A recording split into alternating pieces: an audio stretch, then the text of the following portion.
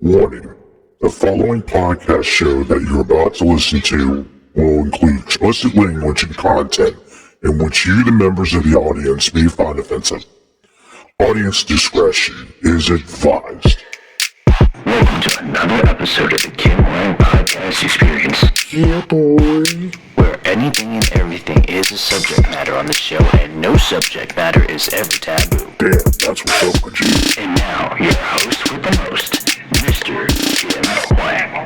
Bro, am I getting paid for this? Yo, what's going on, ladies and gentlemen? How in the world are you? This is your boy Kim Hoang, the Asian sensation, and we're cooking up another great episode that is the Kim Hoang Podcast Experience, coming at you live, literally on the set of DC Bounty Hunter in Washington, D.C.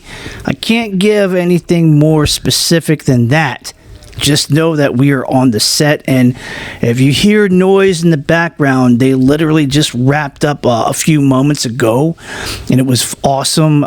Literally also as well on this day, depending on when you're listening to it, but on this specific day, we had a big time. And ladies and gentlemen, believe it or not, we had a big time actor in the name of Trey Chaney, who for some of you guys know, he was on The Wire as Malik Carr, aka Poot, and he was here today doing his thing. And the fact that he was just there lending out his expertise, lending out his hand, and acting in the project of DC Bounty Hunter was amazing. And I have it on good authority that you get an exclusive here that Trey Chaney will be a guest on my podcast at a future date and time. Now, when is that going to happen?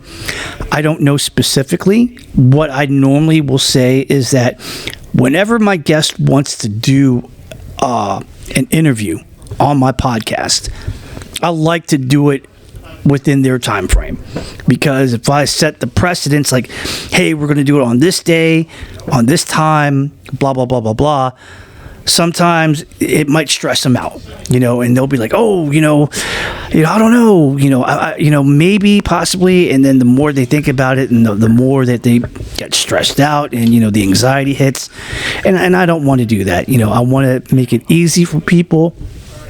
Do it whenever you can. If you can do it on a Saturday at 8 p.m., I'm there. If you want to do it at Sunday at at 2:45 p.m. in the afternoon, I'm there too. That's how I roll. No, it's what we call stress-free and a worry-free environment.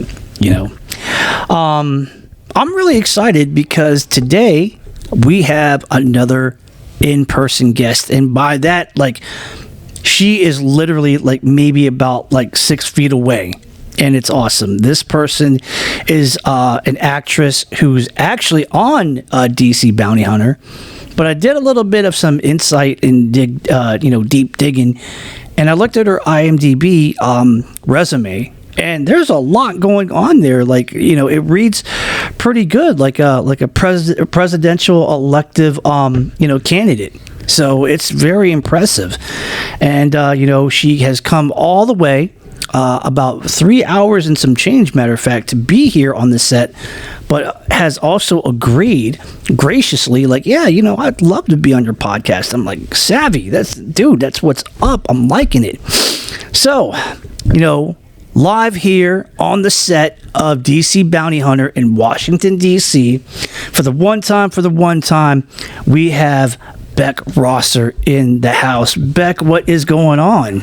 What's up? I'm so happy to be here. Thank you for having me. Yeah, no doubt. Wow. Is this your first time ever doing a podcast? It is. Speaking of being nervous, you said you don't, give a date for people, and you did that to me. You're like, oh, let's do it Saturday. And I was like, oh, I've never done this before, but okay, cool. Right. Well, I mean, I was telling people a little bit before we recorded, I tell people all the time, when I interview somebody, it's more like a conversation, just between two people. And I'll paint it like this, it could be like a conversation between two people who grew up next to each other back in the day, that went to the same school and so forth. So I feel like it's no different than that, and I feel like that's we're trying to aim for that. You know, I'm not trying to be all like the traditional podcaster or show host. I think I'm very loose with it. So Good. That's what I need for my first time. yeah, you know, because I mean, you know, I'm not trying to put you on the spot, but I am trying to, you know, put the spotlight on you so that people will notice, like, hey, here's an actress that you probably never heard about, you know, and this is the first time that, you know, you might actually know the name now, and we're going to expect a lot more from her in the future. So, yeah. So let's just go ahead and start it out. I'm really excited. Now, you are not from the DMV. You're not from Washington, D.C. You're not from the state of Maryland. And you're not from Northern Virginia. I have lived in West Virginia all of my life. Wow. Okay. Whereabouts in West Virginia? It's a little town called Maysville. Okay. Everybody goes there to trout fish and hike. Okay. So if you're not into the outdoor stuff, you'd probably never find yourself there. Is that near Morgantown? No, I'm still almost 2 hours from Morgantown. Okay. Yeah, it's literally a really small town that you'll never hear of again. Wow. What was it about, like, I mean, what is it about West Virginia that, you know, you're proud to say that's home? You know, because a lot of people, when I interview a lot of people, they're like, hey, you know, I'm from Baltimore, Maryland, or, you know, I'm from Los Angeles, or I'm from Chicago, and you're like from a small state and a small town, but you gravitate there because that's home, and I guess that's like, you know, something that you're just like, I'm proud to be, you know, from that. Yeah, it's home. My family's there. I love the country. I love, you know, the slower pace of life. Right. And it's a great place to raise kids. Oh, wow. Okay, very cool. So let's dig a little bit deeper. What was a young Beck Rosser like back in the day? I mean, was she a popular person? Was she a shy person? Was she athletic? Was she an intellectual? Was she creative in theater or poetry? What was she like? I definitely kept to myself. Nobody knew me. Mm-hmm. So, yeah, no, definitely not. Definitely not popular. I did play sports. I played softball and soccer. Okay. I wouldn't say I was the greatest, but I love sports. Right. So I played. But, yeah, no, I mean, I grew up on a farm. We took care of animals. I don't like animals. Let's just be clear about that. No. Yeah, no, I hate them to this day. But my son does have a dog. I do let him have a dog. But, yeah, no, I loved film. But I didn't feel like, you know, I had the right look, I wasn't the right person to be in theater in high school. So I never tried it. I always wanted to, but I was shy, so, you know. So what were you doing then if acting was not in the picture? Did you have any other aspirations before that? Like, were you trying to be like an engineer? Were you just trying to be somebody like that works in a Fortune 500 company? I mean, what were you at? I changed my career in college probably 5 times. I did not know at all what I wanted to do. I actually thought I'd leave West Virginia. I love the beach. Nothing against West Virginia, but I did think I would eventually go and live at the beach. But yeah, no, Was it okay? So wait a minute. So did you just think that you wanted to live near the beach, but there was just something about home that just kept on pulling you back because that was just more of like a comfortable area, or that's just something that you loved so much that you just couldn't leave it? Yeah, I guess it was just the family that kept me around, you know. And then, like I said, I was super shy, so it was like, what am I going to do if I go to the beach? Right. I don't know anybody. Right. But yeah, I would just say it's family. I come from a big family. I have 3 brothers and 3 sisters. No kidding. Yeah, I do. And so Where are you in that totem pole? Are you like the oldest or are you the youngest? I'm second to oldest. Okay. Yeah, so I had graduated high school when I was in my second year of college when my youngest brother was born. So we got a big age gap, but... What year did you graduate high school? 06. 06. Okay. And you went to college? I did. And 3 different colleges. What were the 3 colleges?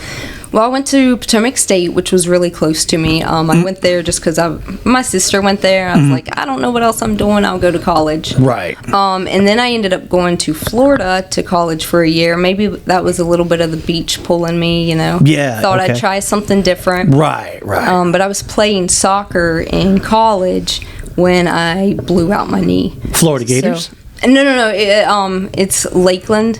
It's southeastern. Okay, Lakeland is not far from Orlando. Yeah, it's like right in the middle of Orlando and Tampa. But, That's right. Yeah, so it was actually soccer practice. Season hadn't even began, and I blew out my knee. Oh. And so I was like, well, I guess I'm going home. Wow. So I went back home, had knee surgery, and then ended up just finishing my degree online. Okay. Was you now knowing that you went to college, you played soccer in college? Did you think that maybe, possibly, that being a professional soccer player could have been in the works, and maybe going to do like being on the U.S. women's soccer team for the FIFA Women's World Cup? Were you aiming for that aspect? Listen, I had watched Bend It Like Beckham, and I was like, I can do that. But no, I never really thought I could make it. Really? But that would be super cool. I don't know. I've always been taught that, if that was like, if you're specifically, if you were a soccer player and your aspirations was to go pro, there's really nothing to stop you but you yourself. Correct. That's correct. I guess I stopped myself. I didn't think I could do it. Well, we'll just say that, the injury, unfortunately, got the better of you, unfortunately. Could it have been? We'll never know. We'll never know. We'll never know. But, it's cool to throw that out into the imagination. Yeah, that would have been cool. Yeah. What position did you play? I was always either striker or midfield. Okay. Did you ever get any yellow cards or red cards in any of the games? In high school, I had gotten a yellow card, but it was totally by accident. They said I was trying to slide tackle, but I wasn't. But. Right. For those that, because, we recently had, the World Cup here in the States. Congratulations to Spain, who put the upset of the century against Lionel Messi and Team Argentina. For those that may not play soccer or just don't understand it, can you explain to them like the challenges of what it's like to be a soccer player and to be on the pitch and to play that game? Because a lot of people have that misconception. Oh, it's just 11 people on a soccer field and they're just kicking this like this white ball and putting it in the goal. Like, how hard can it be? And I know that's not the case because there's a lot going on to it, more than just that, because there's a lot of physicality and endurance that you have to have. You got to run for like miles on end. So many people make fun of soccer and say it's not even a sport. I heard that all the time in high school, especially. Right. I will always go to bat for soccer players. That is one of the hardest sports. You have to be in such good physical shape. Yeah. You run so much more than you do in a lot of other sports. So they can say all they want. Soccer is actually, you got to be in shape. You got to know what you're doing. It's a tough sport. Yeah. And the injuries that, that one endures is pretty gnarly. It could be like as simple as like, a knee injury with the ACL or an MCL. It could be that, a wicked ankle injury. It could be a lot of things. For sure. A lot of soccer players get knee injuries. So, yeah. I think that's the one reason why I didn't want to play soccer was because, I was afraid about the knee injuries and the common leg injuries, and I don't know why I stuck with martial arts. So that's a double negative. Like, wow, you were scared of a knee injury in playing soccer, but you're doing taekwondo. All right, that makes perfect sense. Yeah, no, that's cool. I always thought I would have loved to have done martial arts. Never did, but that's super cool. That's surprising, coming from a pedigree of being a soccer player, because I know, like, some people that I know personally actually are martial artists. They take like karate or taekwondo or kung fu or something like that. And one of the sports that they do play outside of training in martial arts is soccer. And I'm like, that makes a lot of sense, because a lot of, of those martial arts require kicking. And, in soccer, you just kick all the time. So yeah. I think that's a real good instrument of the martial skill. Interesting. Yeah, no, I guess a lot of it too is growing up in a small town. We didn't have access to that. There's not really a martial arts place around us. I think it's about probably over an hour. Really? Yeah. So I mean, it's not something that's really big like in our small town. Right. So when you graduated high school, you went to college. You went to 3 colleges, matter of fact. You graduate. You finally get your degree. Come at whatever how you did it, but you got your degree. Where did you go from there? Because that always seems to be the $1 million question. Like, hey, I just graduated. I have a degree now. I have maybe a BA or a BS in this degree. Where do I go from here? Because now, college is over, and I'm supposed to, start the adulting process of my life and get into the professional career world and make a living and do what I can for myself and for society. Yeah, so even during that time that I was in college, I still didn't know what I wanted to do. And, that's why I kept changing my degree, because I'd be like, oh, you're doing that? Okay, that sounds cool. Maybe I'll try that. Yeah. So I never really knew what I wanted to do. But when I was in my 3rd year of college, I started working at a hotel.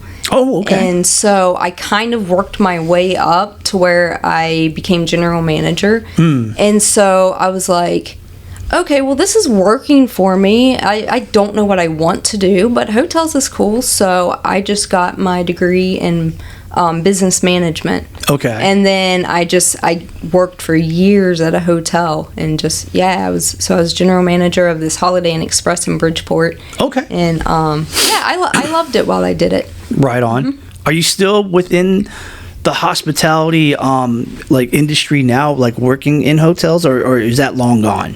Yeah, no. So 4 years ago is when I actually moved to the town that I live in now, which is, I say I lived in a small town when I lived in Fairmont, but we wanted something even smaller to raise the kids. So we moved to a smaller town closer to my family, and I substitute teach now. Okay. Yeah. Do you think that there's like an advantage of living in a small town versus like the big city? Yeah, I mean, there is. You have advantages both ways. So, yeah, I mean, we can't just easily order a pizza or go out to eat. I got to make dinner every night. That's too far to go. Right. But, yeah, it's a slower pace of life. And it's, the kids, I tell them to go outside and play, and I don't have to think that someone's going to drive down the road and take them, because we live miles and miles, off the road. Right. So that's one of the bigger advantages with, especially with kids. That's what I really wanted to have with kids, just kind of out of the way, nobody around, raise the kids, have a family, slower pace of life. I hear you. And now we are in the moment where, like, okay, you moved away to even a smaller town than where you once were. You got yourself out of the hospitality industry and so forth. You're a family woman now, and you're raising a family. At what point did you say to yourself, you know what? I got to do something because, there's got to be something that I'm meant for. And there's got to be something out there that is, my purpose. There's got to be something where, I'm good at it, where people will recognize me and say, yo, that's Beck Rosser, So how did you pull the trigger on acting? So it was never about being recognized. That, I really don't care about. It was just always fulfilling that, need of finding out if I could do film, if I could act. Like I said, I was always interested in it. I would watch people on TV when I was younger. I was like, that's so cool. Like, I think I could do that. Like, how do they get there? And so, just like a lot of kids do, they watch these people they aspire to be like. But so I was always interested in it, even through college. So I was in my second year of college when I was like, I'm not super happy with what I'm doing. I don't know what I want to do, but film was always in the back of my mind. So when it was in 2008, I was like, everybody sets goals. Everybody tells you don't set a short goal, that you can reach before then, but don't set it too far out to where, you lose it in that amount of time. But acting was really important to me, but I also knew that I couldn't do it within a few years. I had a lot to learn. So I set a 10-year goal. And I was like, by 2018, I want to be in a movie. I don't care how. I just want to be in a movie. So it was like 9.5 years later. So I had 6 months left of my 2-year goal. Mm-hmm. I was working at the hotel, and this local producer came in. He's like, I'm bringing an actor into town. I need, a room for him to stay in. Can you help me out? And I was like, that's so cool. Like, what do you, so I was like talking to him about it. And he was like, well, we need some background.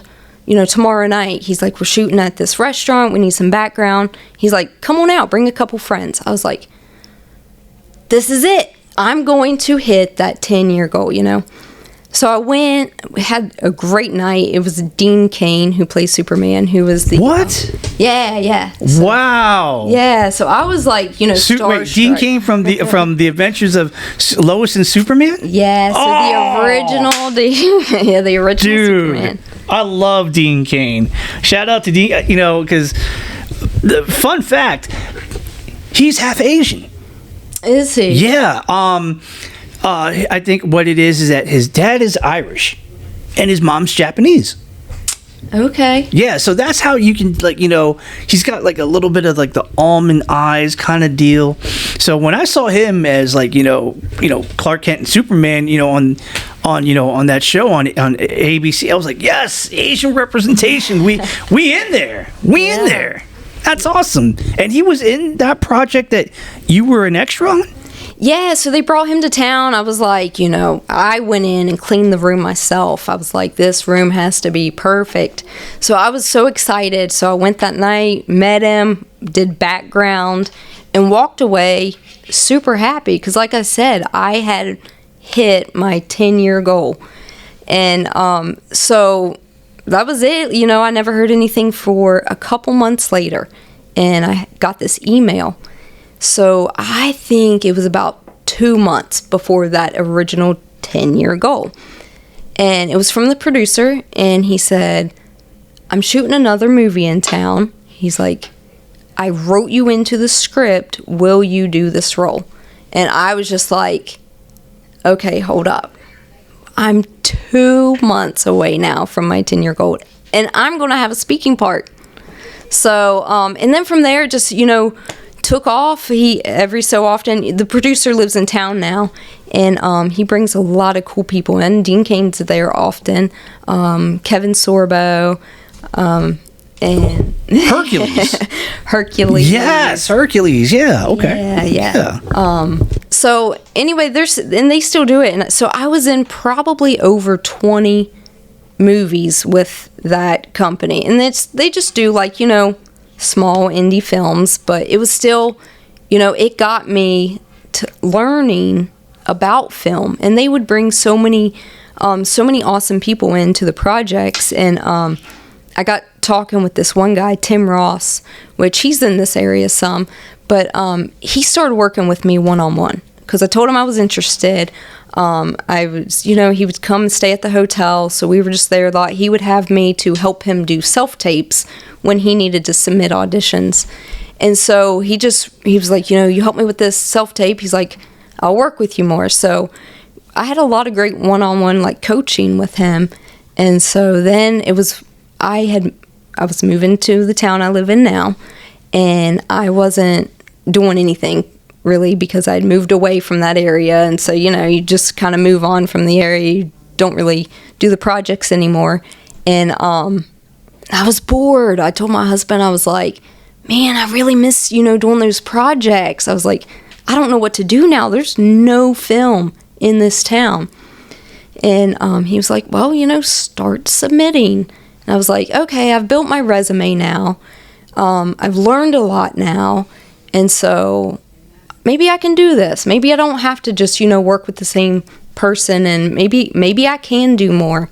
And so it was when I booked my first commercial in 2022, and it was a Bank of America commercial that we filmed in Pittsburgh. And I was like, now I'm getting paid. Now I've really done it. So, it was all that process that led up to that. But, I don't know, is that original 10-year goal that was the most exciting to me. And now, I just try to keep setting goals for myself and keep getting out there more and doing more. But it's been a fun process. At what point did you say to yourself, okay, I'm going to pull the trigger on it and I have to do it? Because, some people, the epiphany doesn't really strike them until, like, it's way later in life, Like, for me, I knew it was worth it when I was an extra for that movie called Deep Impact. And the fact that, I did 2 days work over in Manassas, Virginia, and I got, like, at the time, this was, like, back in the 90s, got a paycheck that it was so high. I'm like, damn, this is what I did at 18 and I made this much in 2 days. Hell yeah, I think this is the sign. So when did you get the calling? When did you think that this was the sign? When did you decide, okay, I got to enter this door now or it's never going to happen? Oh gosh. Well, it was probably the first, because when I did the independent films, that was all like volunteer. So it was probably really when I got that first commercial, and then it was really soon after that, the TV show, What Would You Do? Yeah, What Would You Do? Yeah, so they were filming, and I auditioned for that, and I booked that. And that was like right after my first paid commercial. And I was like, okay, I have only actually really been trying to do this for a few short months, and I booked 2 really good paying jobs. I was like, I can do this. I can do it. Like, it's on paper. I have a check in my hand. It is working. And at the time, you did that all on your own. You didn't have an agent or anything, right? No, I didn't. That was all self-booked. Most of the projects I have booked has been on my own. I do have 2 agents now. Okay. But most of the work I book is on my own. Oh, wow.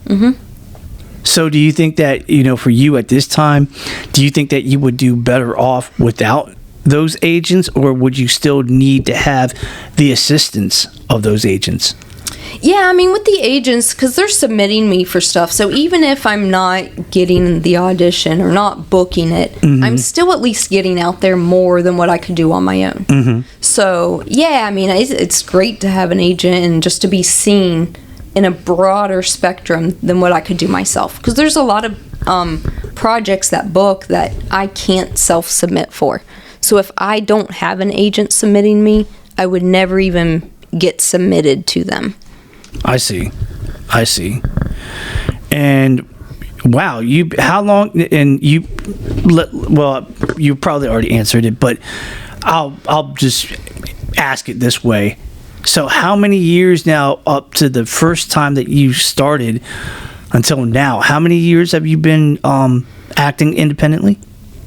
Well, since 2018 is when I started actually getting speaking roles. Okay. But it was 2022, so 4 years now that I've actually been doing it as a side gig and getting paid. Okay.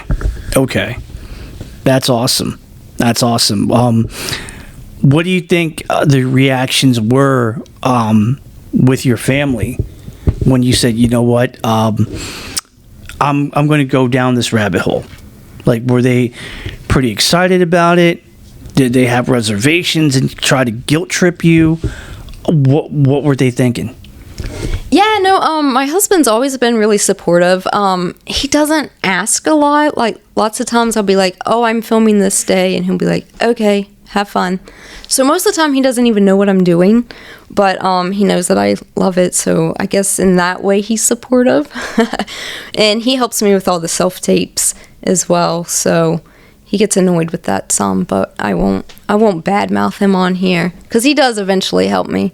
But I don't know, I mean, some of my family and stuff will ask me about it, but I also don't think they're too interested. I see.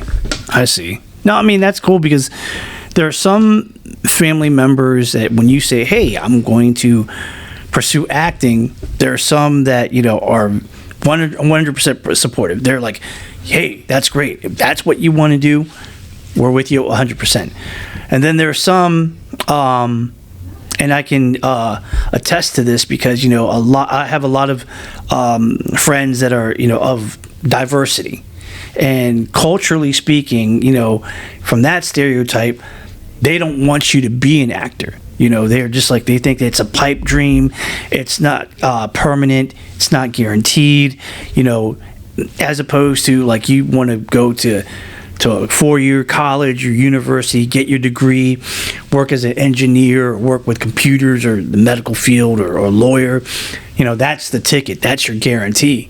You know, because, you know, acting, I don't want to disrespect it because, you know, I love it. I've been, you know, involved in it, just like you've been involved in it. But, you know, what they say is true is that, you know, with acting, it's not guaranteed because it is very, there's a lot of competition. You know, it's very competitive. You know, the word no gets thrown a lot, you know, in the industry, and at that point it's like, okay, how do I deal with this type of rejection? You know what I mean? Well, I think the difference is I didn't quit my job and pack up and move to LA or New York and try to make it big. So I started substitute teaching so that, you know, I had the flexibility to do this on the side, but I'm still working a day job. I am still home most every night with the kids. Right. So it's not, so in that aspect, I don't think it was looked down upon for me because not a lot changed. Yeah. You know, whether normally most of the things I do is only like 3 hours from home, so maybe it'll require an overnight stay, but for the most part, I'm still home. So it's not like, you know, they could bash me for up and moving and trying to go be an actor. Yeah. Yeah, I hear that. That said, and I'm only assuming this because this does happen with a lot of actors that I do know. Sometimes in our acting careers, we're going to be involved with certain projects, and for a lack of a better term, the shit hits the fan because there's like a lot of like unnecessary drama, a lot of BS, a lot of he said, she said kind of stuff. And, you know, maybe one actress thinks that, you know, she's entitled to this and so forth. And because she is who she is and she's been in certain projects, she should be catered to get like more opportunity or a better opportunity or more screen time. And with that as well, you know, the arguments ensue and so forth. It could be like actor versus actor, actor versus director, and all that stuff. Have you yourself either witnessed it and or experienced that specific situation? No, I don't think I can say that I have. But me, myself, I always avoid the drama. So probably even if I felt like there was a tense situation about to happen, I would peace out. I don't want anyone to say they saw me there. Yeah. You know, it is a small community. Even though the competition is great, in this area, it's a small community. Yeah. If one person says something bad about you, or even like I saw them close to this situation, that spreads. Yeah. That gets around. I don't want to give any reason for anybody to put a negative, thought about me into a director or producer's ear, because I mean that could kill it. Yeah, no, for sure. I mean, it's really weird because case in point, there, and I'm just going to be like very general about it.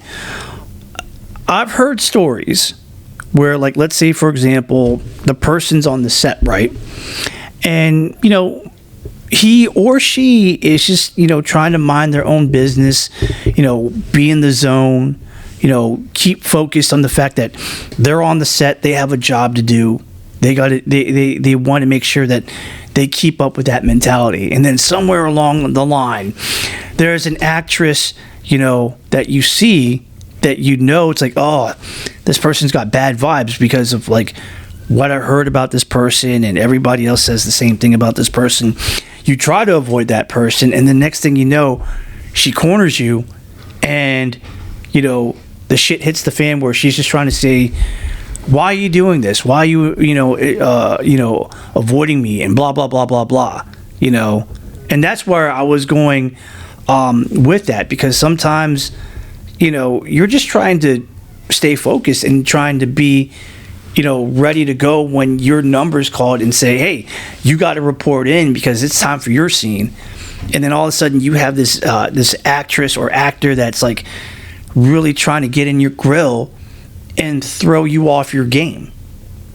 Now, that being said, and this is just the hypothetical thing that I'm painting for you, wouldn't that bother you? Oh, yeah, definitely. Because like I said, I mean, I want to stay out of that. So. Right. Yeah. Yeah, I would just try to get out of the situation as quickly as possible. And I mean, yeah, you hear the stories, and I know there's people like that out there. And there's a lot of actors that once they start, booking roles, they feel entitled, and they think they can talk like that to people. And honestly, I don't know how they keep getting booked when they're like that, but I don't either. I feel it's like telling people like, look, Santa Claus doesn't exist, and somehow, damn, Santa Claus is still around. It's like, what the hell? We've been taught as professional actors not to be this way on the set, and to put our best, game face forward, and to follow all the rules and guidelines of what it is to be a professional actor. And then somehow this, guy or this girl actor who we all know, quote unquote, has a bad rep, and that their street cred is so bad that, you can't even give them a credit card because their credit is at like -5, That's terrible. But yet this person still manages to get a platinum card. What the hell? What am I missing? it's crazy. Yeah, right? It's like once people get to a certain spot, they think that all the rules go out the window. Right, no that it doesn't apply to them. Correct. Yeah. I don't know where they get that from, but yeah.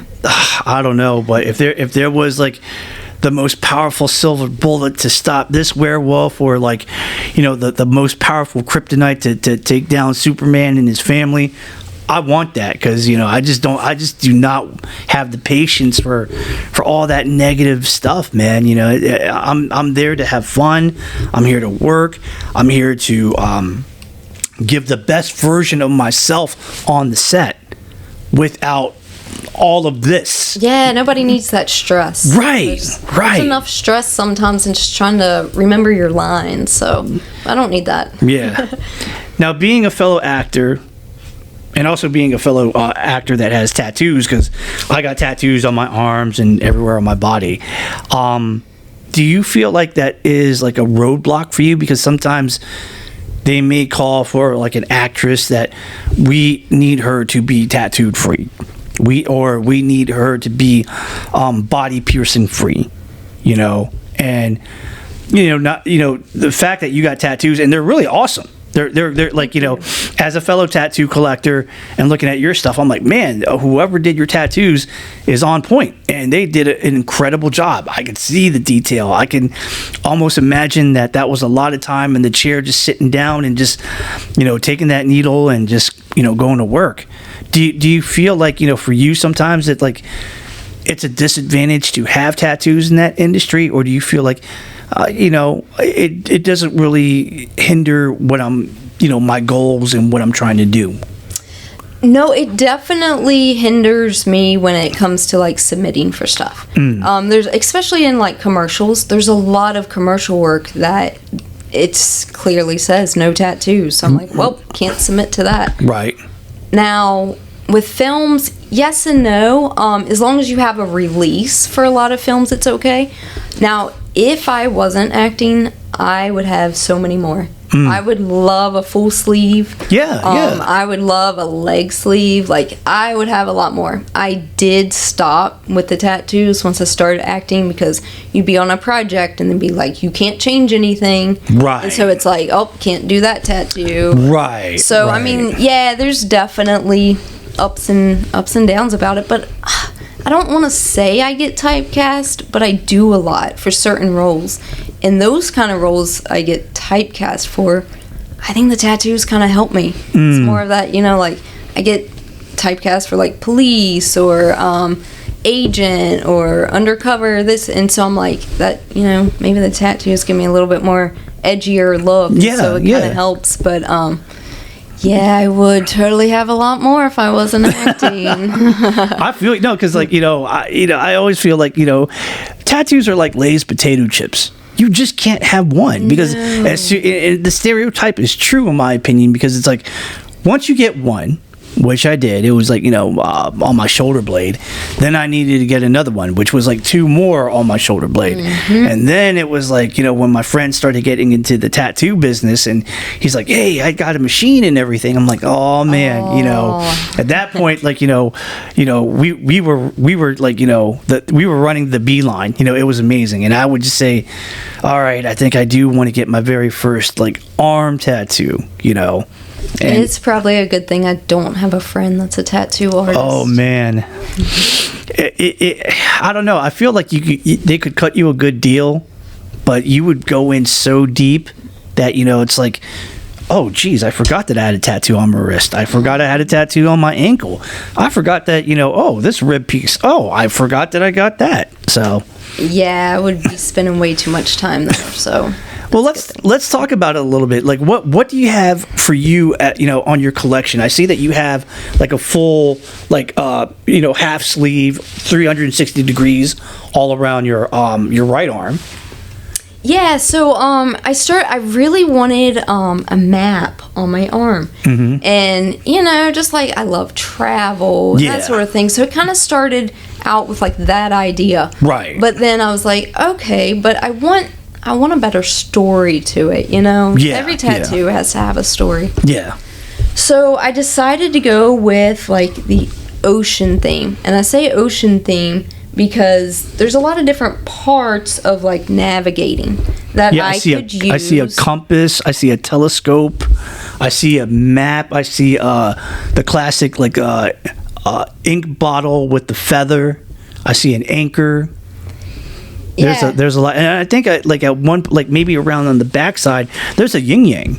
Yeah, there is. So and then I have coordinates. That's to my favorite place in the U.S. that I have traveled. And where's that at? It's Wilmington, North Carolina. Okay. Yeah. You know, I have coordinates on my collarbone, and it's actually the coordinates of Annapolis, Maryland, where I was born and raised. Okay. So, you know, when I look at, you know, when I wake up and I see the coordinates on, you know, from the mirror and stuff like that, it's to remind me, like, I'm a Naptown boy. You know, I was born and raised in Annapolis. That's where it all started, you know, for me in my life. And I hold a very special place in my heart for Annapolis because, you know, that's my roots. Yeah, no, that's awesome. Yeah. Yeah. But yeah, no, so I went with that theme, but it's in the aspect of really it's all the tools for navigating and finding your way. Right. And so that's kind of really the main theme of it, is just trying to figure things out in the world and life, and the different tools you need and different things, that it's got to come together for you to keep moving forward and finding your way. Gotcha.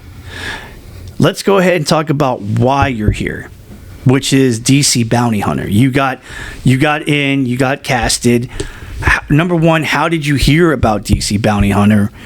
And was there a specific audition process for you to actually, go for that type of character that you were going for? Yeah, so I saw Robert Costner post about getting ready to start filming this project, and the cameraman. Yes. Yeah. And so, of course, like I do with anything that I see out there, I start researching into it. And so I look it up. I'm like, well, that looks pretty cool. From the graphics and just the name itself, I was like, that's interesting.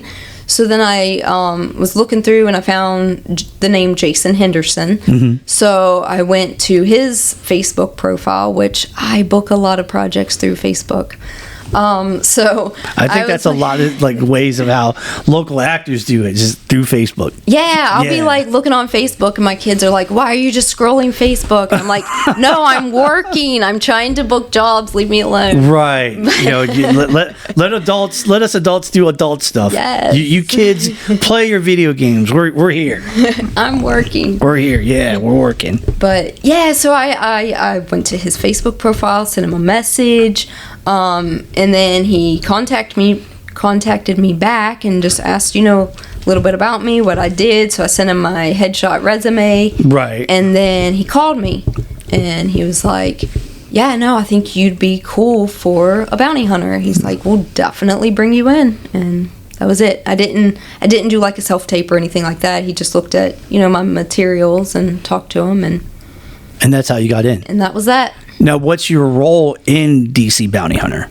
So I play a bounty hunter alongside Ethan Cross. So we are the original bounty hunters. The OGs. Yes, we've been doing this a while. Yeah. And then, of course, JD and Z come in and are trying to mess up what we got going. So oh, wow. We got a rivalry going there. But wow.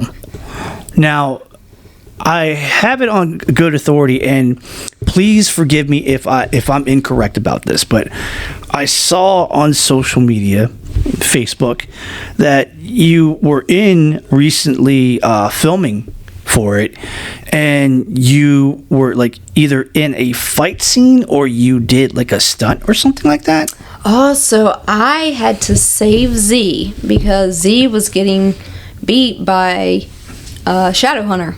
And so I had to jump in and save her. So yes, I had a little bit of action there. It was awesome. It was so much fun. What was involved? Was it just boxing or just street fighting? What were you doing?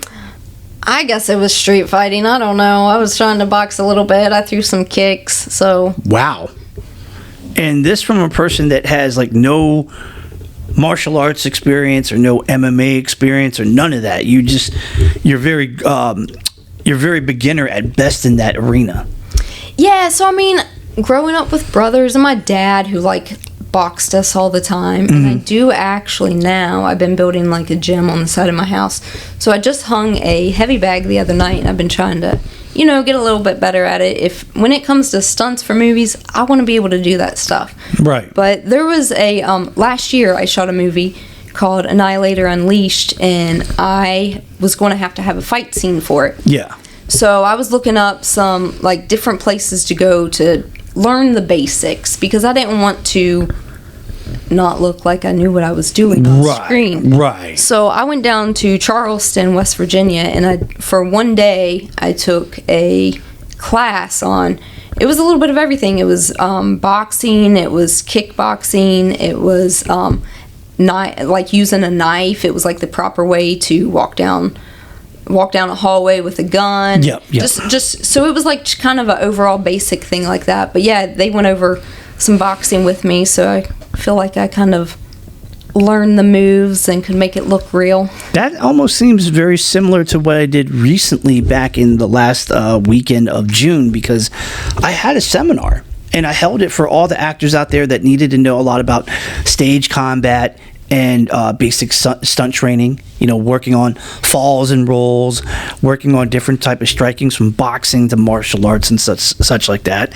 And yeah, that definitely sounds like something that, that I did, which is awesome. Yeah, so it was like a stage combat class is okay. what it was. Mm-hmm. Well, I know that I'm going to be doing another one pretty soon at the end of August with the last Saturday and last Sunday. I know that accommodations are a little bit, expensive and whatnot, but if you want to do like a 1 day thing where it's like a private one-on-one, you have an open invitation. I would love to help you out. Oh, sweet. Cool. Thank you. Yeah, I'll definitely have to check the calendar. Yeah. It would be a lot of fun, though. Yeah, it definitely would. But, I do normally do charge, but because you're like in the same project as I am, I'd hook you up with a sweet deal. Thank you. Yeah, I appreciate that. Yeah, and I know because them gas prices are like up the corporate ladder, man. Oh, it's like terrible. I saw, like, I'm a member of Costco, okay, which is like a warehouse. You buy everything from bulk and so forth. Now, if I wasn't getting Costco gas, the car that I drive is on 93 octane, and that was like $5.25. I'm like, damn, $5.25. We're going to have to bring out the horses. Yeah, we might have to, or I might have to work on some ninja magic of teleporting. But I go over to Costco, it's way cheaper, but not by much. And I'm like, crap, where did we go wrong, guys? Because wasn't it like back in my day, like in high school, like it was like $1.25 per gallon. Yeah, like I feel like in high school I can think back and it was like probably one of those special days that they do those gas price drops. Yeah, right? But I feel like there was a 97-cent day. Yeah, right. Like right. I know I saw that. Right. Wow. And in knowing that you did that fight scene and that stunt scene, I mean, how did you prepare? Because it seemed to me that you literally had no time to prepare. It was like you have 30 minutes to master what you needed to do. Yeah, no, so there was no preparation. I had no clue at all until probably 2 seconds beforehand that I was doing it. So DC Bounty Hunter, I've never done a project like this. It's all improv. And so it's so crazy. You get to set, you got to be here that day, but then that's when you find out what the scene's going to be about. Right. And so then it's just all improv. So yeah, no, it was total improv. I had no idea what we were doing. Me and Shadow didn't even get to talk about it. They're just like, all right, fight. And Damn. so we fought. Wow. Now, as an actor, when you hear like it's all improv and there's no script involved, I mean, do you feel like it works in your favor, or do you need to have that, that structure written out? I do prefer to have lines. Mm-hmm. Like I said, I don't think I've ever overcome that introvert in me. Mm-hmm. So having lines helps me. Mm-hmm. I don't feel like I'm great at improv. I suck at public speaking. So, just kind of being thrown into that, it's not always easy to come up with the lines. Right. So, me personally, I do like to have lines to memorize. But you have to admit, like, just being in DC Bounty Hunter and the structure of not having structure, improving, as an actor, it probably challenged you, and it probably made you a better actor for it. I hope so. I really do hope so. And, it's probably a lot less stressful. You don't have time to stress over what's going to happen, what are my lines, you can stress a little bit over not having a clue of what's going to happen and what you're going to say, but at the same time there's nothing to stress over because you don't know what's going to happen. You just go with the flow. Right. And now that I think that this was it. This was the last day This was the last day. Yeah, we can finally say that it has now officially been wrapped. It is now in the can, another one in the books. I mean, knowing that this is it, how do you feel now about the whole experience of you being an actor in DC Bounty Hunter? I mean, I'm so glad that I did it. I'm so happy that I got brought on. It's definitely been super different, but yeah, I mean, every time you're on set, it doesn't matter what for, it's a learning experience because there's so many different people there. There's a different director, different producer. There's so many people always to learn from. So it doesn't matter what you're doing. It's always a great learning experience and can only make you better. Every director is a little bit different because they have this style. They have this style. I like to do things this way. I like to do things that way. Working with a person like Jason Henderson, or I should call him by his professional name, Dr. Jason Henderson, because he is a doctor of physical therapy. And shout outs to Jason because we love that brother. So yes, woo-ha for you. What was it like, working with Jason as opposed to other directors that you worked beforehand? Did you feel like, wow, Jason's very carefree and it's great and it's wonderful? Did you feel like he challenged you? Did you feel like maybe that you wish that maybe he did something that would have like fulfilled like a certain void? What did you think? Jason's great. It's so different too because he is so for everybody. Right. Like he is constantly putting stuff out there about everyone. Everything is positive. He always has so many great things to say about everyone and he loves everybody, and so he's constantly for you. And so you go work for a producer for a project and they're for you for that project, but they're not trying to push you out there into the world and help you to find your next job or help you to become a better person. And I definitely feel like Jason does that for people. The one thing I definitely love about Jason and the way that he does things is just that the fact that he is all about the inclusiveness of everybody. It's not just about African Americans. It's all about Caucasians. It's all about Asians and Latinos and stuff like that. Like he's literally trying to grab every and all ingredients and literally throwing it in the melting pot. Yeah. And that's what what I love and respect about him, because he doesn't just say that, he lives that. He's all about it. Like if you for those that are a fan of my podcast, I had him as my guest recently, and the fact that he says that he just loves everything, he loves everybody. My man loves K-drama on Netflix, so I was a little bit taken back by that. I was like, you like K-drama? Okay, that's cool. He's a Taekwondo black belt, so he loves martial arts, and he embraces that, and I'm just like, man, this guy is definitely, he's a good egg, he's definitely a good egg. Oh yeah, he doesn't just say stuff, like he lives it, he proves it, he backs what he says. So if he says something, it's going to happen or that it's true. Right. I mean, you can just tell by his personality and the way he talks and the way his heart's behind what he says. Yeah. Well, that being said, and now that things are officially wrapped, what does Beck Rosser do from here? It just seems like the world is your oyster and the pearls there for the taking. So what do you want to do?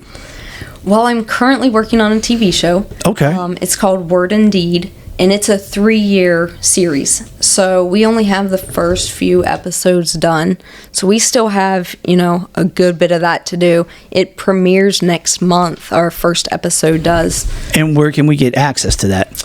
So we are premiering it at 3 different locations. So it'll be, one is in PA, one's in Maryland, and then there's one being held in West Virginia. Okay. And then it'll be offered on a streaming platform unless, we luck into someone picking it up. But, so right now, it's just kind of up in the air. It'll definitely be online streaming somewhere.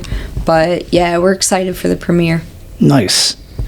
Well, this is the part of the podcast where I do a thing called the Rapid Fire Challenge. And I'm going to ask you a whole bunch of questions. It could be realistic. It could be fake. It could be true, false. It could be multiple choice. It could be anything and everything that you possibly can think of.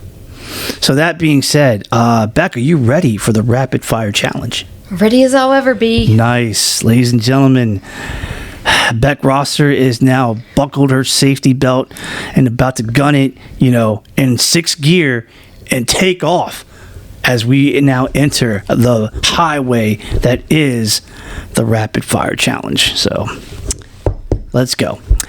Between the primary colors of yellow, blue, and red, my favorite primary color is Blue. Favorite color on a car? Gray.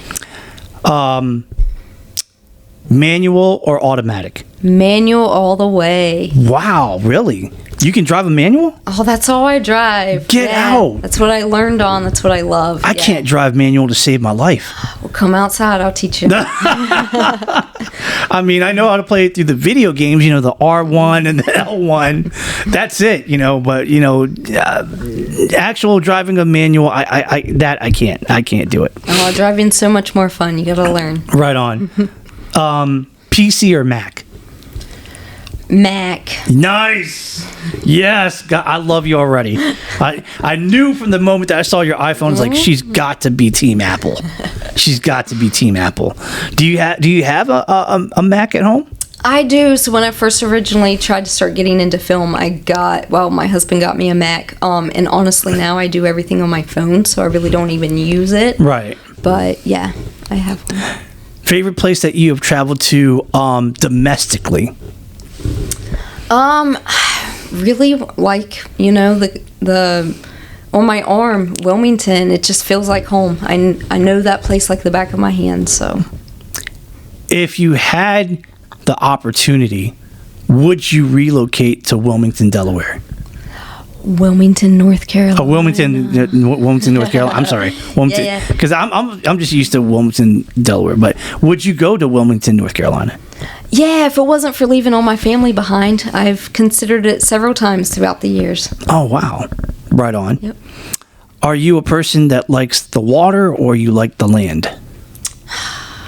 I say I love the beach, but I really like to lay in the sun at the beach. So I guess I'd just have to say land. Okay. Favorite car of all times? Oh, you know what? I really like my car right now. Which is? It's a Volkswagen Jetta. It's a, wow. Volkswagen. If I had the money and all, could get whatever I wanted, give me a Lamborghini. See, I took you as like a 67 Shelby GT woman.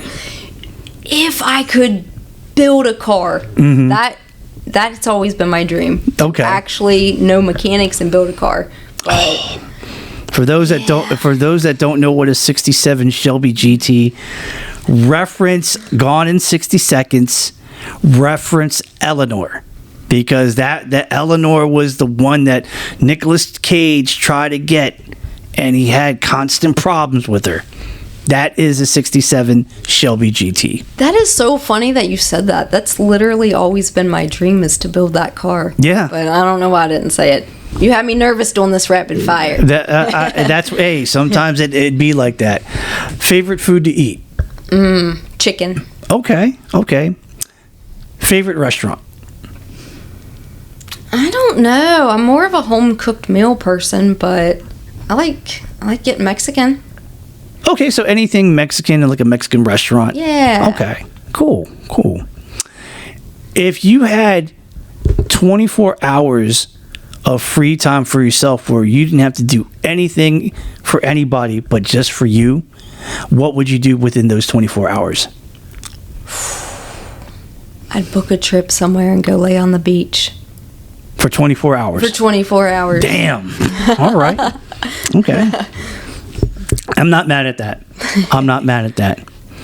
What is the one piece of advice that you've received in life that has helped you in this lifetime to even where you are right now?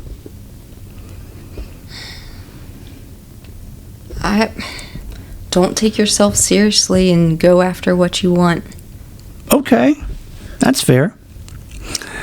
You have mentioned that you have never taken martial arts. If you were to train in the martial arts and you could earn a black belt in a specific style of martial art, what would that be? I don't know all the different styles.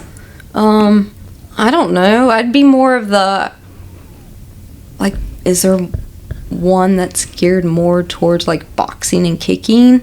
Like, I don't want to like learn kickboxing or Muay Thai kickboxing? I don't want to break stuff with my hand. That's painful. I guess if I know how to do it, it's not. But that just I think that's just the challenge. You know what I mean? That's behind it. It's more. It's not just like, breaking wood with your hands. There's also like, breaking boards with your feet. There's also just like the challenge of like, accepting knowledge and being able to, translate that and play it back for the testing panel, if you will, just to see like, if your comprehension of the materials that you were taught is still strong within you, or it's kind of like, okay, it needs work. Yeah, I mean, I honestly don't know enough of the martial arts different ones to be able to give a good answer. That's fair. That's fair. Coke or Pepsi? Pepsi. Oh, the taste of a new generation. I only say Pepsi because that's who makes Mountain Dew. Yeah. Oh, yep. There you go. Yeah. That's right. Favorite movie of all times? I really like a good comedy romance, but I really like action. But let's say pick one from each genre. Would that be easier? So The Proposal. Oh, I love. Yeah. I love Sandra Bullock. Yeah. I love Ryan Reynolds. Yeah. That is always like a comfort movie to go back I'm from to. Canada, eh? They're going to ship me back out there. Sorry, Sandra. Action. I'm a huge Paul Walker fan, so I'm going to have to say Fast and Furious. Oh, I knew you were going to pull that. As soon as you said Paul Walker, I'm like, well, it's not She's All That. That's a rom-com. But yeah, he was always known for Fast and the Furious. God rest his soul, man. He was taken way too young in life. I'm still tore up over that. Yeah, that's terrible. DC or Marvel? Even though I have boys, I cannot get them to watch anything. So quite honestly, I have not watched a lot of those movies. Wow. So another unclear answer. So we're just going to say we'll get back to that in a future date and time. Future date, I got to make my boys watch those with me. If you were in the kitchen, name one thing that you can make that is bulletproof. That you never make a mistake on when you make that certain dish. I make really good, like, chicken and gravy. Okay. I think I do anyway. Okay. Favorite genre of movie or film that you yourself would like to act in? Action. Really? Yeah, action thriller. I don't want to go back to that, but I don't have the look to feel like I could be in like a romantic movie or, I mean, comedy too. I like a good laugh, but yeah, I don't know. I like looking like the badass. So action thriller. If there was one thing that you could teach somebody about the acting industry who thinks that they know it all, what would you teach them about this industry? That it's tough to, take the no's and just make it better. Like you said before, there's so much competition. You get told no all the time. Right. So, you got to submit your stuff and you got to just kind of not think about it. Yeah. But, just be okay with no. It's okay. It's okay to be told no. They might literally just have a different person, like, picture in mind. It might not be your acting. It might be something out of your control. So go with the flow. Gotcha. Look for the next one. Look for the next one. Gotcha. Just a few more. if you were actually picked up by a very famous movie production or a very famous director, and they said, we want you to move into Hollywood, California, because we have a great opportunity for you, would you pull the trigger on it and do it? Yes. Okay. Absolutely. I mean, once the project's over, it can always come back. Yeah. Yeah. I'd take the family, we'd go. Nice. Dogs or cats? Dogs. Okay. Here's a good one. If you were invited to go to a Michelin 3-star restaurant and you actually get over to the restaurant and you see your table, you notice that you have 3 available slots left. Now, here's the caveat. Who would you invite? Because you can invite somebody that you know personally. You can invite somebody that you may not even know. You can invite somebody that could be famous. You could invite somebody that is the regular average Joe. You can invite somebody that is currently alive and well, or you can invite someone that is deceased. Who would be those 3 guests that you would invite in that dinner table? The first one would be my grandma.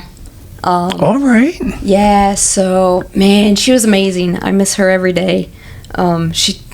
It was like every day me and my sister was like going up and having lunch with her, and she was just the coolest, nicest person on earth. Yeah. So I would love to have another conversation with grandma. Okay. Let's see. I think I'd go with Chris Pratt. Ooh. So I just think he'd be good conversation. I would love to ask him. He's so funny. It doesn't matter what role he does. He's amazing. So I would love to pick his brain. And then the third one, let's see. I might have to go with Ryan Reynolds. Okay. Okay. It's just he's another one of those that I feel like I could learn so much from. There again, he can play any role, and so I would love to learn from those 2 guys. Okay. Very cool. When it's all said and done, how would you want your legacy to be? How would you want to be remembered? Just that I did what I said I would. I, tried my best. I was a good person. I never want to be thought of in a negative light. So it doesn't even have to be that I did anything great. Mm-hmm. Just that, if we ever crossed paths and I was ever in your life at all, that, I was a positive person for you. Yeah, I got that. 2 more. If you were able to walk through the door and you saw the younger version of yourself, let's say that Beck Rosser was 13, what would you tell your younger self? Go after what you want sooner. Really? Yeah, don't wait so long. I mean, there is so much time that I could have been, doing something else. Doing what I really wanted to do. Yeah. So don't just hold it in and do what's in front of you because you feel like you can't do that. Right. Do it. Go after it. Nice. And the last question, and I think this will be a funny one here. If your life was a television show, what television show, past or present, fits closely to your life? Oh my goodness. I don't know. Or what TV show would you like for it to be close to your life? Like, I've always, growing up, I always wanted to be like Melrose Place. Living in an apartment with cool, neighbors, and we would have, the cookout right downstairs in the swimming pool, and just living the LA lifestyle. That's what I liked. Maybe I'd have to go with friends then. Oh, That would be a lot of fun. okay. Yeah, that would be a lot of fun. They're all right there in an apartment building, hanging out, doing... And you're in NYC? Yeah, Yeah. that'd be fun. Yeah. Well, I would say at this point, you did pretty good for, thank your you. first podcast showing, your first podcast interview. And hopefully, there's going to be more opportunities with you in the pipeline. Yeah, definitely. Thank you for... now I'm going to get tongue-tied. Thank you so much for having me. Yeah, no doubt. This is the point of the show where I'm going to put myself on mute. And I want you to, say whatever it is on your mind. If you want to, give a shout out to people, go ahead and give out that shout out. If you want to talk about like upcoming projects that you have on the pipeline and you want to commercialize that, that's cool. If you want to commercialize, your social media pages and how people can contact you, fill in that information. So I'm going to go ahead and put myself on mute. And, the floor is yours. Thank you. Well, first off, shout out to you for having me and asking me to do this. So, yeah, definitely. My husband and my kids who, they might be upset that when I leave for a little bit, but they're always so happy when I come home. So shout out to them for dealing with me, for doing this, for pursuing acting. Love you guys. Let's see. Well, I already kind of mentioned Word and Deed. So that's a series I'm doing. We're premiering it next month. Look it up. It's on Facebook, Word and Deed. If you go to my Facebook profile, it's under Beck Rosser. I'm also on Instagram, IMDb. But yeah, I always am out there trying to post projects I'm working on. So give me a follow. I'll follow you back. Right on. Also, real quick before we forget, shout out to Jason Henderson for being a real cool guy, a great director, and for allowing us the space to actually to do this this interview. He didn't have to, but the fact that he was very supportive. He's like, brother, yeah, you can go ahead and do that. That's cool. I mean, shout out to him, and shout out for him being a man's man, a professional, when it comes to the filming industry, and just giving opportunities to those that really are deserving of that. And I thank you, Jason, in advance for that, bro. Absolutely. I can't speak for anybody else that was on DC Bounty Hunter, but I'm pretty sure that if they were here, they probably would say something of the same thing too. So thank you so much, bro, for all the opportunities. And, the next time, red carpet in DC, DC Bounty Hunter, we're going to see it maybe in a big time theater in Washington, DC. And I can't wait for that. I'm going to be in there, suit and tie, and maybe some Vans shoes. I'm always a sucker for Vans. And I used to like Chuck Taylors, but I guess as you get older, what you once could wear when you were in the younger years, you can't anymore. And I feel like Vans are a little bit more comfortable for me now. So, but shout out to Chuck Taylors though in Converse, because I did love y'all, and I did. For most of my years, I gave your company a lot of money. Yeah, the high tops, all black. I always thought of you as like a Vans type of person.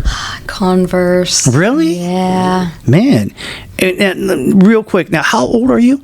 I'm 38. You're 38. You're 38, and you're still rocking Converse high tops and low top Chuck Taylors, and they don't beat up your feet at all. You feel good with them? Oh, I feel good with them, but I don't know. I can't accept getting older, so that's probably it. You know what? Enjoy it while you still got it. Enjoy it while you still got it. Because for me, I mean, when I started wearing Chuck Taylors recently, and I was walking, I was like, oh man, I'm feeling it. So I'm crying on the inside. But you know what? Shout outs to Chuck Taylors and Converse. Those were good memories. Those were good memories. Beck, thank you so much for being here. I appreciate it. I appreciate the time that you gave out to me and for this podcast show. It was a lot of fun. And you know what? You are more than welcome to come back anytime if you want to run it back for a round 2. Thank you. I appreciate that. Thank you for having me. Yeah, no doubt. I mean, hey, you're small time now, but who's not to say that maybe in 2 years you might hit it in the big time?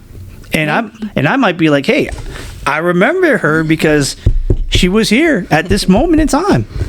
So again, much love and continued success to you. Thank you. Yeah. And ladies and gentlemen, we're going to go ahead and wrap it up. I mean, you would think after 5 years and 5 seasons, we have the closing, thing down to a science. No, we don't. So let's go ahead and do it off the top of my memory. Please follow me on a lot of avenues.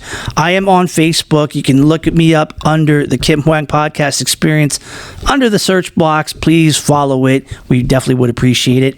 I am on Instagram and I am on Twitter, now known as X. Follow me under my tag name, which is at TKHPC Experience, all in one word. Follow me and I'll follow you back. We are on 6. That's right. 1, 2, 3, 4, 5, 6 podcasting platforms: Spotify, Apple Podcasts, Amazon Music, YouTube Music, Audible, and iHeartRadio. Please like, follow, and subscribe to my podcast on all of those mentioned podcasting platforms. Now, do your dude a favor. If you have Spotify, please give me a 5-star ranking. If you have Apple Podcast, and for those that have an iPhone or, a MacBook Pro or an Apple iPad, you have access to that for free.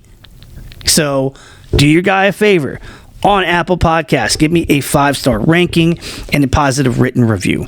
It does help out because the more times that we get high rankings on Spotify, high rankings on Apple Podcasts, along with a positive written review, then there is going to be an increased chance that our podcast will be thrown out to the front page and people will notice it. And somebody might be like, hey, it's the Kim Hoang Podcast Experience. I heard about this because my friend Jorge told me about this. He said that, it's definitely worth listening to. The host is a cool dude, and we should give it a chance. Yes, please give it a chance. Matter of fact, do me another favor.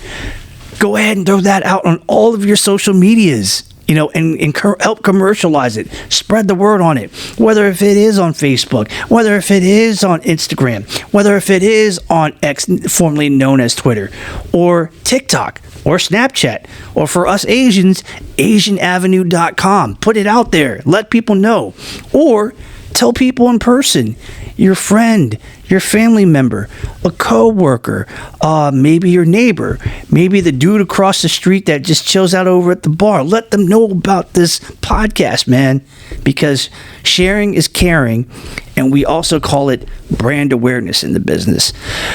Last but not least, if you want to be a guest, a special guest host, if you have any questions for my Q&A segment that I do on a solo basis, a solo episode basis only, meaning I have no guests, or if you have any constructive criticism, please email me. The Kim Hoang Podcast Experience at gmail.com. Whatever the subject is, put it on the subject line. Whatever you want to write, put it on the body of the email and then send it out. I'll get a notification, I'll read it, and maybe within a day or two I will respond back because I do like that type of communication. Last but not least, guys,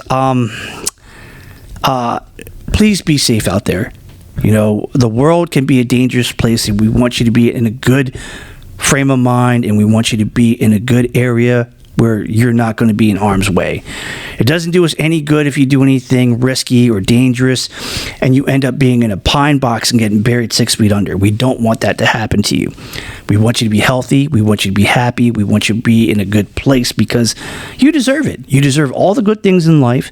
You deserve all the great things that you want and a whole lot more. And knowing that mental health does hit us hard, you deserve to be in an area where it's pain-free and that you're not going through all the anxieties or depressions and all that stuff. We want you to be good in life.